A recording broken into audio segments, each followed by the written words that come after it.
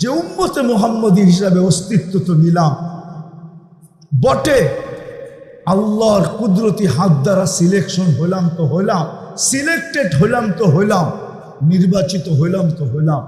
কোরআন তো আমাদের প্রশংসায় ভরা।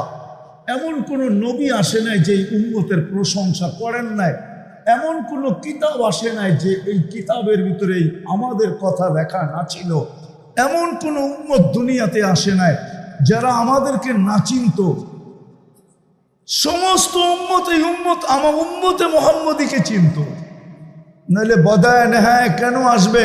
ফাতারাদাত তাওরাত, মুসা আলাইহিস সালাম তো কিতাবই সরায় দিয়ে বসে উম্মত বানায় দেন না। কিতাব উঠাইলেই দেখি উম্মতে মুহাম্মদী, উঠাইলেই দেখি উম্মতে মুহাম্মদী, উঠাইলেই দেখি উম্মতে মুহাম্মদী। ওই মর্যাদাশালী উম্মত তো বানাইছিলেন, নাইলে দানিয়েল আলাইহিস সালাম 2500 বছর অপেক্ষা করবে কেন?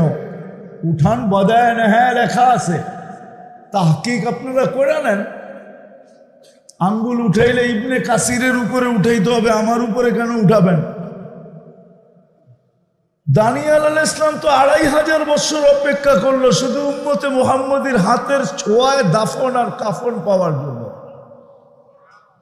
আল্লাহর রসুল তো সুসংবাদ দিছেন, সাতাজিদুনা দানিয়ান সাতুফতাহ তুস্তার, একদিন ইরাক স্বাধীন হবে, তোমরা দানিয়েল আলাইহিস সালামকে পাবে, উনি তোমাদের হাতের কাফন দাফন পাওয়ার জন্য অপেক্ষা করতেছে।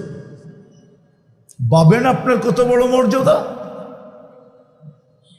কোরআন দিব, কোরআন। হায় হায়, আজকে উম্মত মুসলমানের ঘরে জন্ম নিছে বটে, কিন্তু ইসলামের রং মুসলমানের উপরে নাই। উম্মতে মুহাম্মদী বটে, কিন্তু উম্মতে মুহাম্মদীর ইসলাম মুহাম্মদ সাল্লাল্লাহু আলাইহি ওয়াসাল্লাম কালচার থেকে উম্মত বহু দূরে। বরং এই কথাটা বললে কোনো অসত্য হবে না, আজকে সবচেয়ে বেশি আল্লাহর রসুলের আদর্শ আমাদের ঘরে দীক্ষিত, আমাদের ঘরে ঘৃণিত, আমাদের ঘরে অবহেলিত, আমাদের ঘরে লাঞ্ছিত, আমাদের জীবনে লাঞ্ছিত, আমাদের দেহে লাঞ্ছিত, আমাদের সমাজে লাঞ্ছিত, আমাদের যুবকদের কাছে লাঞ্ছিত, আমাদের নারীদের কাছে লাঞ্ছিত। তো আপনি দুনিয়ায় নিষ্পেষিত হবেন না তো হবে কে? কে হবে? আমাকে যুক্তি দিয়ে বোঝান, কে হবে নিষ্পেষিত? আমরা নিষ্পেষিত আজকে এই জন্যই, আজকে আমরা নিষ্পেষিত এই জন্য। আজকে মুসলমান, হায় হায় হায়, অথচ একটা দিন এরকম ছিল যে সংখ্যায় ছিল না বটে, পেটে ভাতও ছিল না, গায়ে কাপড়ও ছিল, ভাতও ছিল না, কাপড়ও ছিল না। আমি গাড়িতে আসতে আসতেই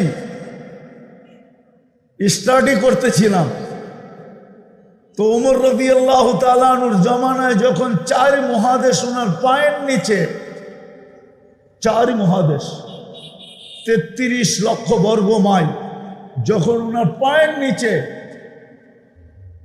তো আশারায়ে মুবাশশারার থেকে 5 জন একত্রিত হয়েছে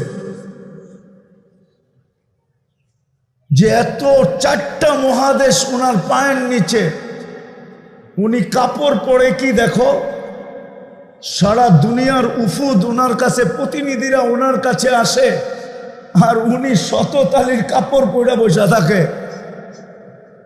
আর ওনার দস্তরখানের রুটি উনি ব্যতীত আর কেউ চাবায় খাইতে পারে না, কেননা চাবাইলেই গলায় আটকায়া যায়।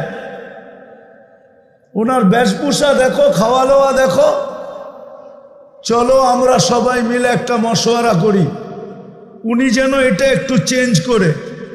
কাহিনী বড় লম্বা।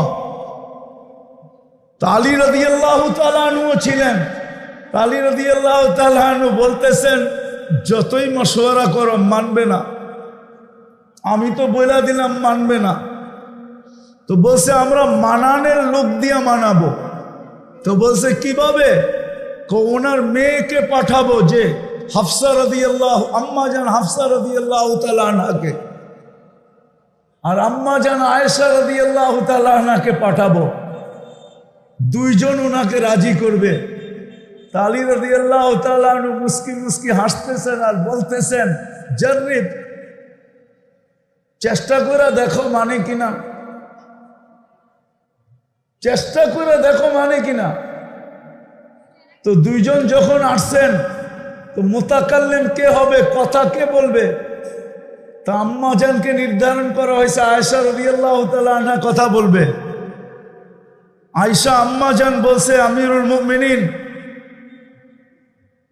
রাসূলুল্লাহ সাল্লাল্লাহু আলাইহি ওয়াসাল্লামের জামানায় তো ফতুহাত হয়ই নাই, বিপ্লব ঘটে নাই, সারা দুনিয়ায় ইসলাম ছড়ায় নাই, নেয়ামতও আসে নাই, বিদায় উনি যেইভাবে ছিলেন ওইভাবেই জীবন কাটায় চলে গেছেন।